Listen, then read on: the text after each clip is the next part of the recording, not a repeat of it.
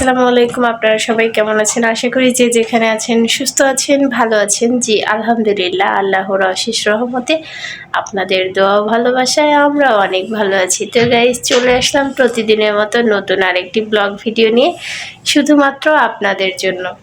তো আজকের ব্লগটি স্টার্ট করছি সকাল সকাল।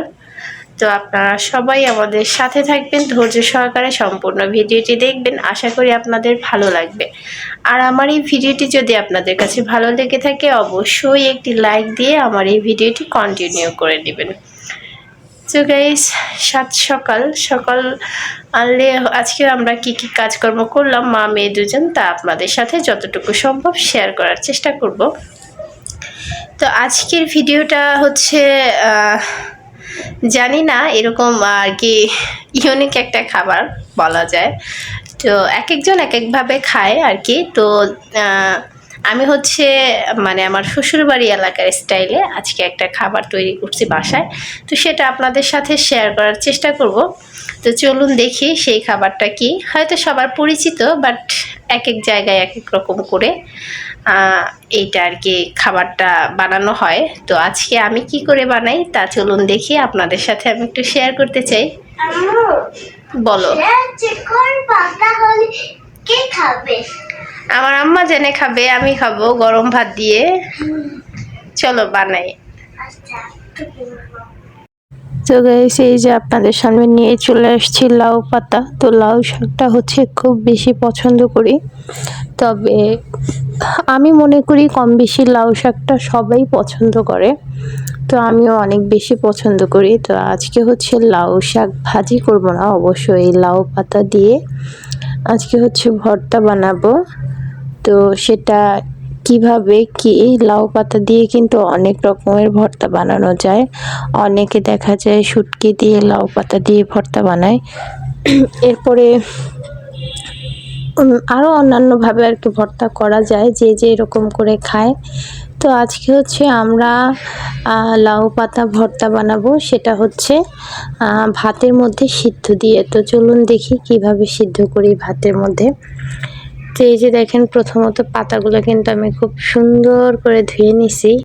তারপরে হচ্ছে এই যে ভাতটা আজকে হচ্ছে বসা ভাত বসাইছিলাম। তো এরপরে পানিগুলো অনেকটাই শুকিয়ে গেছে, হালকা একটু পানি আছে। এই সময় হচ্ছে পাতাগুলো দিয়ে দিলাম। এরপরে হচ্ছে যে এদিকে হচ্ছে আমি রান্না করতেছি। তো মশলাগুলো হচ্ছে কষায় নিছি। আর এই যে দেখেন, একটা আলু মানে সরি একটা বেগুন আর হচ্ছে 4-5টা আলু দিছিলাম। তো আলুগুলো সিদ্ধ করে নিয়েছিলাম অফ করে ক্যামেরায়। তো তারপরে হচ্ছে আলু ছিলা। তো এরপরে হচ্ছে মশলা টশলা কষায় সুন্দর করে এই যে আলুগুলো কিন্তু আমি কষায় নিলাম। তো আজকের তরকারি হচ্ছে আমার আলু আর বেগুন। তো আলুটা কিন্তু আমি ভর্তার মতো করে একটু ভাঙা নিছি, আধা ভাঙা করে ভাঙা নিছি, পুরাটা একেবারে আর কি ভাঙা ফালাই নেই। তো এটা হচ্ছে বগুড়াতে, মানে আমার শ্বশুরবাড়ি যাওয়ার পরে আমি রান্নাটা শিখছি ওনাদের কাছ থেকে। তো আজকে হচ্ছে ডিম দিয়ে এই যে আলু ঘাটি রান্না করতেছি। দেখা যায় আলুটা শুধু দিয়েও রান্না করা যায়, আমি হচ্ছে সাথে একটা বেগুন দিয়ে দিছি। এরপরে হচ্ছে এই যে ডিম দিয়ে আজকে আলু ঘাটি রান্না করতেছি। এরপরে এই যে দেখেন, তরকারিটা খুব সুন্দর করে বলক আসা পড়ছে ডিম দেওয়ার পরে। তো তারপরে হচ্ছে আমি দিয়ে দিলাম ধইনা পাতা কুচি। তো ধইনা পাতাটার পরিমাণটা একটু বেশি দিছি, কারণ যেহেতু শুধু আলুর তরকারিটা, তো তাছাড়া ডিমের তরকারি, তো যার জন্য দিয়ে দিছি। এরপরে এই যে সুন্দর করে নাড়াচাড়া করে নিতেছি, কিছুক্ষণের মধ্যেই হচ্ছে আমার তরকারি হয়ে যাবে। তো আজকে আর খুব বেশি কিছু রান্না করব না। তো এই যে দেখেন, এই খাবারটা হচ্ছে ফাতেমার বাবা কিন্তু অনেক অনেক বেশি পছন্দ করে। তো আমি ওনার জন্যই রান্নাটা করছি, যে উনি এই খাবারটা আর কি, যেহেতু জ্বর থেকে হঠাৎ করে আলহামদুলিল্লাহ ভালোভাবে সুস্থ হয়েছে, তো এরকম কিছু খাইতে চায় না। তো ওনাদের দেশের ওনার পছন্দের খাবারটা আজকে রান্না করি, যার জন্য রান্নাটা করেই ফেললাম। তো গাইস, এরপরে হচ্ছে এখন সব খাবার দাবার ঘরে নিয়ে যাব, কারণ হচ্ছে ফাতেমার বাবা খাবার খেয়ে হচ্ছে কাজে চলে যাবে। তো ভাতটাও কিন্তু আমার হইতেছে এইদিকে। তো যাই হোক, তো এই যে তরকারিটার কালারটা কিন্তু অনেক অনেক বেশি সুন্দর আসছে, জানি না খেতে কিরকম হবে। তো এই যে ঘরে হচ্ছে আমি ভাতের পাতিলটা নিয়ে আসছি, যেহেতু আজকে বর্ষা ভাত রান্না করছি। এই যে দেখেন, তো লাউ পাতাটা হচ্ছে আমি যে উপরে দিয়ে দিয়েছিলাম লাউ শাকটা। তো এই যে দেখেন খুব সুন্দর করে কিন্তু সিদ্ধ হয়ে গেছে, একবারে নরম হয়ে গেছে। তো এখন হচ্ছে আমি পাতিলের উপর থেকে তুলে নিতেছি, তারপরেই হচ্ছে আমি ভর্তাটা করবো। তো এই যে এখানে হচ্ছে নিয়ে নিয়েছি পেঁয়াজ কুচি, এরপরে হচ্ছে 2-3টা শুকনো মরিচ নিয়েছি অবশ্য। আর এই যে লাউ পাতা দেখতেছেন। তো এই লাউ পাতার ভর্তাটা হচ্ছে আমরা ভাতের উপরে আর কি সিদ্ধ দিয়ে করে থাকি। অনেকে আবার দেখা যায় পাটায় বাইটাও লাউ পাতা ভর্তা করে, যার জন্য প্রথমে বইলা নিছি যে এক এক জায়গায় এক এক রকম করে খায় একই খাবার। বলো। হ্যাঁ বলো। কোনোদিন খাও নাই? ও আচ্ছা, অবশ্য আমি ওরকম করে করি না তো বাবা, খাও নাই। হ্যাঁ, ফাতেমা অবশ্য কখনো খায় নাই। ফাতেমা ছোট থাকতে, আরও অনেক ছোট থাকতে হইতেছে আমি করছিলাম। এরপরে হইতেছে ফাতেমার ফার্স্ট আজকে এই খাবারটা। অবশ্য ফাতেমার বাবার অনেক পরিচিত একটা খাবার, উনি হচ্ছে অনেক খাইছে। বসো, এক জায়গায় বসো, নড়াচড়া করতেছো যে? না, কথা বললে কথা শুনতে হয়। তো এরপরে হচ্ছে ফাতেমার বাবা এই খাবারটা অনেক পছন্দ করে খায়। আর যেহেতু সকালবেলা আজকে ভাত রান্না করছি, এরপরে হচ্ছে ভাবলাম এই লাউ পাতা আজকে ভর্তা করি। এটা হচ্ছে অনেক পছন্দ করে ফাতেমার বাবা খায়, প্লাস আমিও খাই। আমি বিয়ের আগে কখনোই খাই নাই, তো এই আমার বিয়ের পরেই আর কি এই খাবারটা আমি খাওয়া শিখছি। এটা হচ্ছে আমার শ্বশুরবাড়ি থেকে আর কি এই খাবারটা খাওয়া শেখা। তো তারপর থেকে আমারও পছন্দ হয়ে গেছে। আসলে একটা কথা কি, কোনো খাবার দেখা যায় আমি কখনো খাই নাই, সেটা না খাইলে বুঝবো কি করে ওইটার স্বাদ কতদূর। হ্যাঁ বলো। তাই নাকি?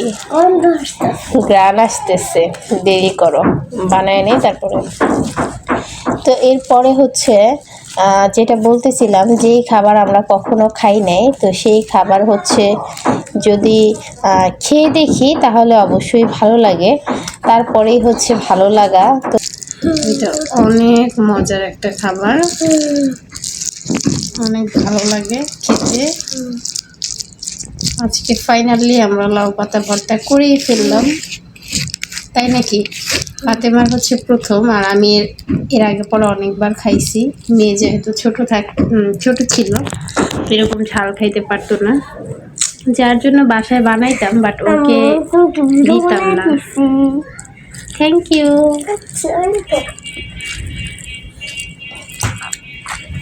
তো আসো ফাতেমা, আজকে খাবার খাইবা কি দিয়ে?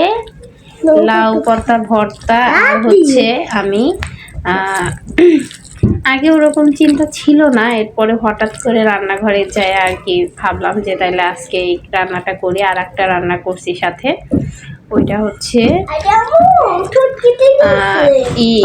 দেখতেছি আমি আসি। ডিম দিয়ে হচ্ছে আলু ঘাটি রান্না করছি। ডিম দিয়ে আলু ঘাটি? হ্যাঁ, সেটাও তুমি খাবার জীবনেও খাও নাই? তোমার দেশি খাবার বাবা, তোমার বাবার খুব পছন্দের খাবার। ডিম দিয়ে আলু ঘাটি? দেখি, দেরি করো। অনেক সুন্দর একটা কালার আসছে, দেখেন গাইস। মানে বলবো কি, আপনারা দেখতেছেন, জানি না ক্যামেরায় কতটুকু ভালো আসতেছে, বাট দেখতে কিন্তু খুবই সুন্দর লাগতেছে। অনেক সুন্দর, অনেক সুন্দর একটা কালার আসছে, প্লাস খেতেও অনেক ভালো লাগবে। কাঁচা পেঁয়াজের শুকনা মরিচের ভর্তা, তো জিভে জল চলে আসছে। একটু খেয়ে দেখি কিরকম হয়েছে। দেখো বাবা, বিসমিল্লাহ।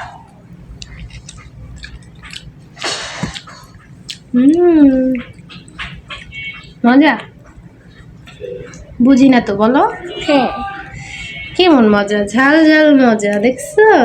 পোলা, আমার কাছে ঝাল হয়নি। ঝাল হয় নাই? না, আমার কাছে ঝাল বেশি লাগে। কি ফুল? শাপলা আমাদের জাতীয় ফুল। তো ফাতেমা তো পারে, আল্লাহ।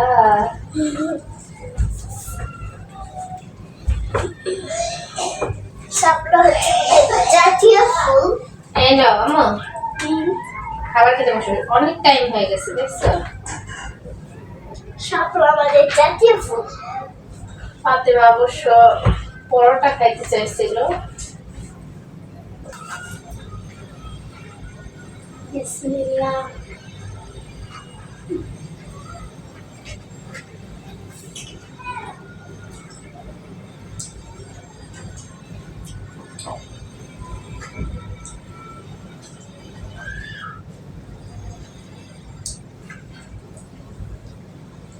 অনেক মজা হচ্ছে, আলহামদুলিল্লাহ।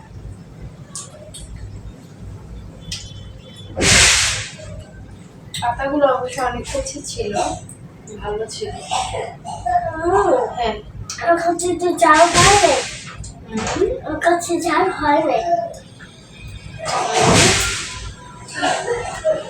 জিরো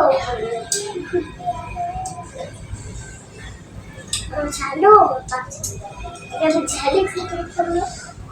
অবশ্য ধনিয়া পাতা দিলে ভালো হতো, আমার মনে ছিল না ধনিয়া পাতার কথা। ধনিয়া পাতা হচ্ছে ফ্রিজে আছে, এখন মনে পড়লো যে ধনিয়া পাতা তো দেই নাই। চাইলে আপনারা ধনিয়া পাতা দিয়েও ভর্তাটা করতে পারেন। ও চাইলে বলে দাও যে বলতেও এটা করতে হবে। দেখবে কি একই ফার্ক হয়। এই যার একটা খাবার রান্না করছে সেটা তো তুমি দেখছোই নাই।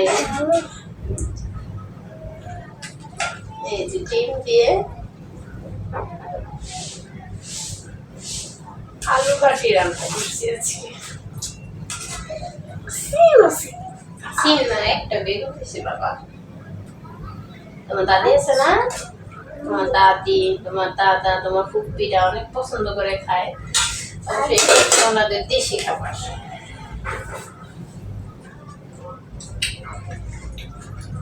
আমার বাবা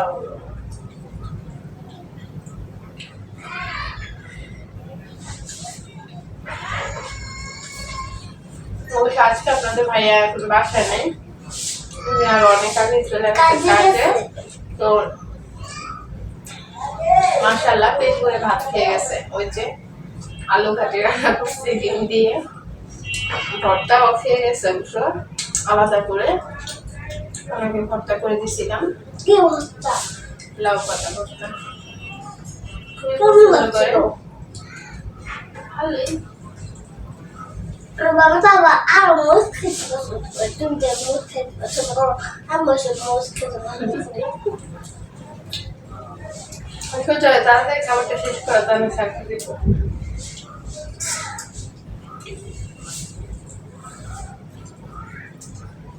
অনেকই ভালো লাগলো লাউ পাতা ভর্তা। অবশ্যই একটা লাউ পাতার একটা ঘটনা বলি আপনাদেরকে।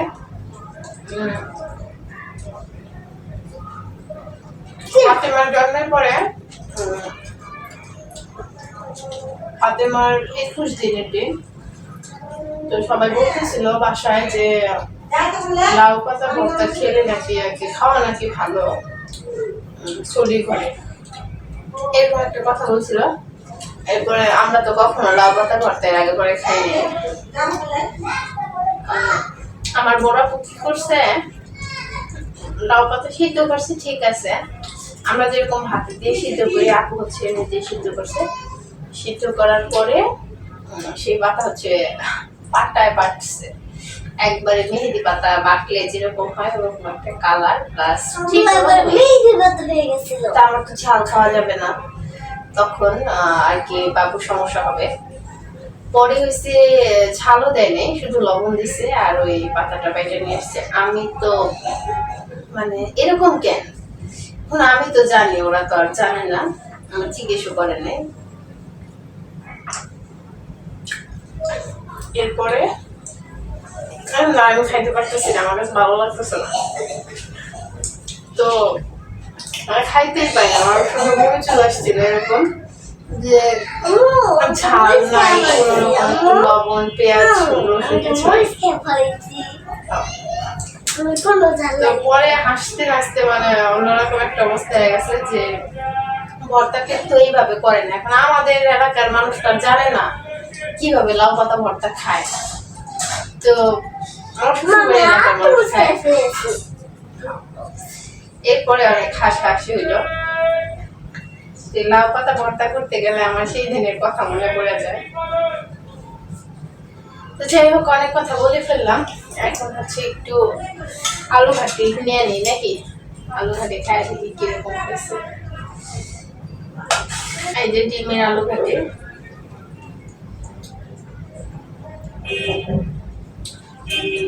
ভালোই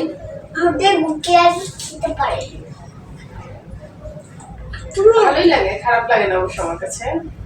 তো বগুড়ার মানুষ আলু ঘাটিটা একটু বেশি পছন্দ করে। আচ্ছা ঠিক আছে। তো গাইস, আজকে অনেক কথা বলে ফেললাম খাবার খেতে বসে। খাবারটা আলহামদুলিল্লাহ অনেক ভালো হয়েছে। আপনারা চাইলে বাসায় ট্রাই করে খেতে পারবেন। যদিও ওরকম ভালো রান্না করতে পারি না, তাও নিজে যতটুকু পারি তা দিয়ে চেষ্টা করি আপনাদের সাথে একটু শেয়ার করার। জানি না আপনাদের কার কাছে কিরকম লাগলো। তো দেখেন ফাতেমা চোখগুলা দেখলে ভয় পেয়ে যায়।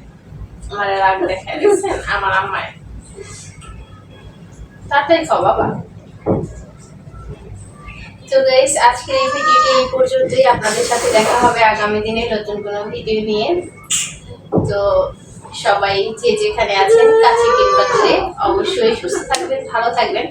আর আমার এই ভিডিওতে যদি কোনো হয়ে থাকে অবশ্যই ক্ষমা দৃষ্টিতে দেখবেন।